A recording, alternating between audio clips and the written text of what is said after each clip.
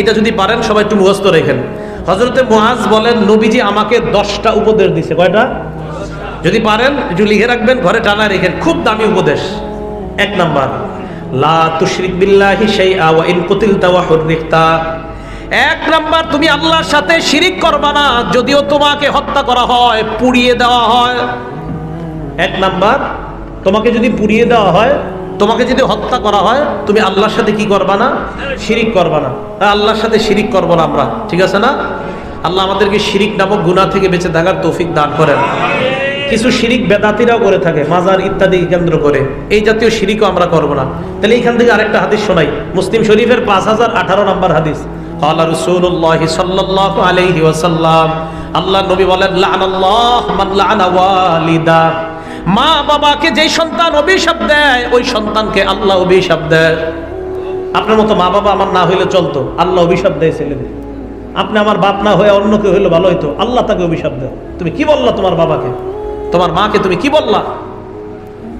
2 number, ওয়ালাআনাল্লাহু মান যাবাহা লিগাইরিল্লাহ। যে ব্যক্তি আল্লাহ ছাড়া অন্য কারো নামে পশু জবাই করে, তাকে আল্লাহ অভিশাপ দেয়। মুহাম্মদ সাল্লাল্লাহু আলাইহি সাল্লামের নামেও যদি কেউ পশু জবাই করে, তাকে আল্লাহ অভিশাপ দেয়। শাহজালাল রহমতুল্লাহর নামে যদি কেউ পশু জবাই করে, আল্লাহ তাকে অভিশাপ দেয়। পশু জবাই হবে কার নামে?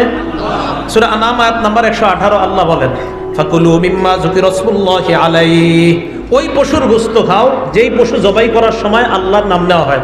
সূরা আনাম আয়াত নাম্বার 121 আল্লাহ বলেন, ওয়ালা তাকুলু মিম্মা লাম ইউযকার ইসমুল্লাহ।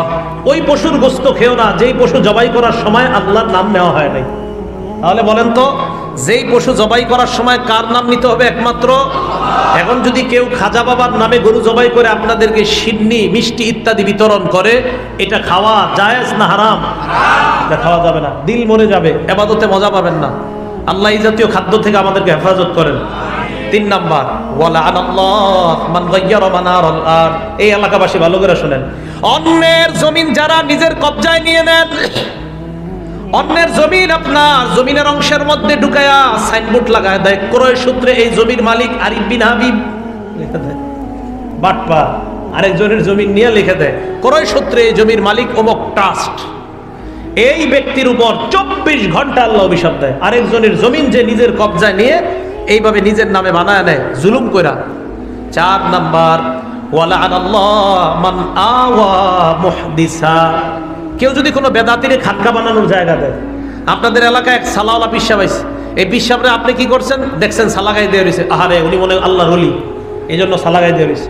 এই পিসাবকে আপনি একটা খানকা বানাই দিয়েছেন, 5 তলা বাড়ি বানাই দিয়েছেন। 5 তলা বাড়ি বানায় দেওয়ার পরে ওনার গায়ে সালা, কেন পাঞ্জাবি কিনার কি এখনো সামর্থ্য হয় না ওনার?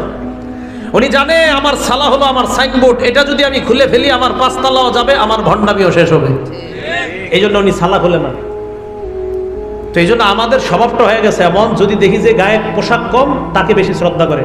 আবু দাউদ শরীফ হাদিস নাম্বার 3299, 3300, 3301, 3302, টানা 4টা হাদিস।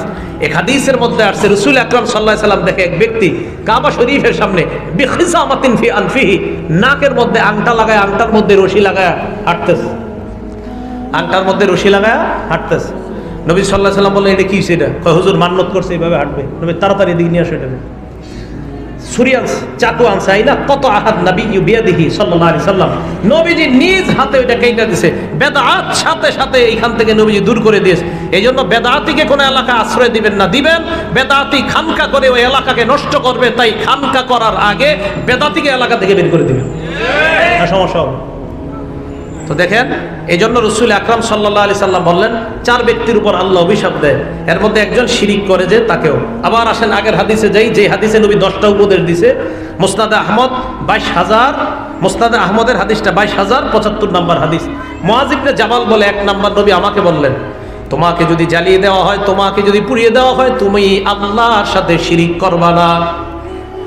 2 নাম্বার, ওয়ালা তাউক্কান্না ওয়ালিদাইক ওয়া ইন আমারাকা আন তাখরুজা মিন মালিকা ওয়া আহলিক। তোমাকে যদি তোমার মা বাবা